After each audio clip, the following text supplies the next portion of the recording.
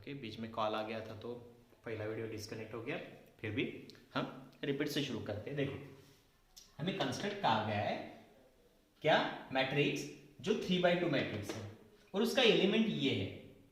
तो सबसे पहले तो हमारा मैट्रिक्स किस फॉर्म में है वो लिख लेते हैं कि हमारा मैट्रिक्स कैसा है। हमारा जो मैट्रिक्स है वो 3/2 है, तो 3/2 मतलब ये होना चाहिए A11 A12 A21 A22 A23 A21 A31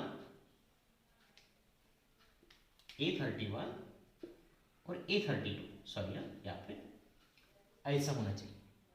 तो सबसे पहले अगर हम element, therefore elements Aij are I minus J upon 5 minus I, ये है। मे बी स्क्वायर वगैरह है, कुछ देख लेता हूं मैं। ओके, करेक्ट है, यहाँ पे स्क्वायर है क्योंकि आपका भी आंसर करेक्ट मतलब मिस्टेक हो जाती है और मेरी भी मिस्टेक हो जाती है, तो यहाँ पे स्क्वायर है। ओके, तो अगर हम स्टेप बाय स्टेप अगर हमारा आंसर निकाले, देयरफॉर A11, तो A11 कैसे होगा, I पहला होता है और J दूसरा, तो क्या होगा 1 minus 1 whole square upon 5 minus 1, तो 1 माइनस 1 तो 0, तो 0 अपॉन 5 में से 1 गया तो 4, तो आंसर 0 ही आएगा।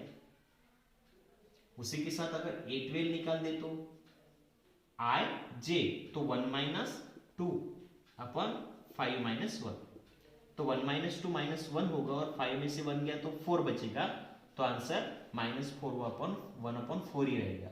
ओके, अब A12 के बाद A21 निकालना है, तो A21 कैसे निकालेंगे देखो, तो I 2 माइनस 1 अपॉन 5 माइनस 2, 2 में से 1 गया 1 बच गया, 5 में से अगर 2 निकाल देते हैं हम तो 3 बच जाता है, तो A21 मिल गया। अब A22 अगर निकालेंगे तो 2 माइनस 2 अपॉन 5 माइनस 2, तो 0 अपॉन 5 में से 2 गया तो 3 बच गया, तो आंसर 0 ही आएगा। ओके, तो 22 हो गया। अब A33 निकालते, A31 निकालते। A31 क्या होगा 3 माइनस 1, क्योंकि I माइनस जे है ना, तो I मतलब पहला एलिमेंट, ith रो और jth कॉलम होता है, तो I और j, I पहला होता है j दूसरा होता है, और 5 माइनस I, तो 3 में से 1 गया तो 2 बच गया, और 5 में से 1 जाएगा तो 4 बचेगा। तो इसे ऐसे ही रखते हैं। ओके, कुछ भी नहीं करते, इसे फिलहाल के लिए ऐसे ही रखते हैं। 2/4 क्यों ऐसे रखा है मैं बाद में समझा दूंगा। 2/4 या कर लेते हैं क्योंकि 2 1 जा 2, 2 2 जा 4, मैं इसलिए ऐसे रखना चाह रहा था इसको क्योंकि ये 4 4 आ रहे हैं ना, तो ये लेकिन 3 3 आ गए, तो इसके वजह से प्रॉब्लम हो जाता है, इस वजह से। ओके, तो A31, उसके बाद A32 निकाल लेते हैं।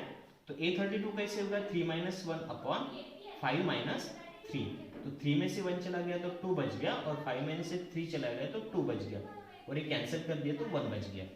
अगर अब हमारे हम मैट्रिक्स लिखते हैं A is equal to A11 A12, तो 11 कौन है 0, 12 माइनस 1 अपॉन 4, 21 1 अपॉन 3, बढ़ा देता हूँ इसे मैं, 22 0, 31 1/2, 32 1, ये हो गई हमारी मैट्रिक्स। अब आप इसे अगर सिंपल करना है तो सिंपल करने के लिए हम इसे क्या कर सकते हैं, जैसे कि यहाँ पे 3 है, यहाँ पे 2 है, यहाँ पे 4 है, अगर सबका हम एलसीएम निकालते हैं तो सबका एलसीएम क्या होगा, सबका एलसीएम होगा 12। अगर हम इसे 12/12 से मल्टीप्लाई कर देते इस तरह से 12/12, तो आंसर इस तरह से होगा। देखो, हाँ, A इज इक्वल टू होगा, मैं इसके सामने लिख रहा हूँ तो आप कंफ्यूज मत होना, A इज इक्वल टू होगा, इसके नीचे लिखेंगे तो आप A इज इक्वल टू ही लिखेंगे 1/12,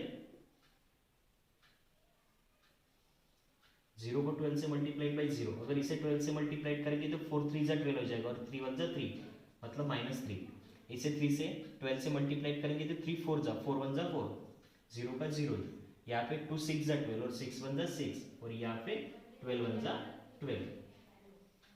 तो ये सिंपल मैट्रिक्स हो जाएगी हमारी, हमने स्केलर भी बाहर निकाल दिया है। ओके, तो ये हो गया हमारा पहला क्वेश्चन। तो इसे कंप्लीट कर लीजिए, हम आगे कोई और क्वेश्चन देखते हैं। ओके।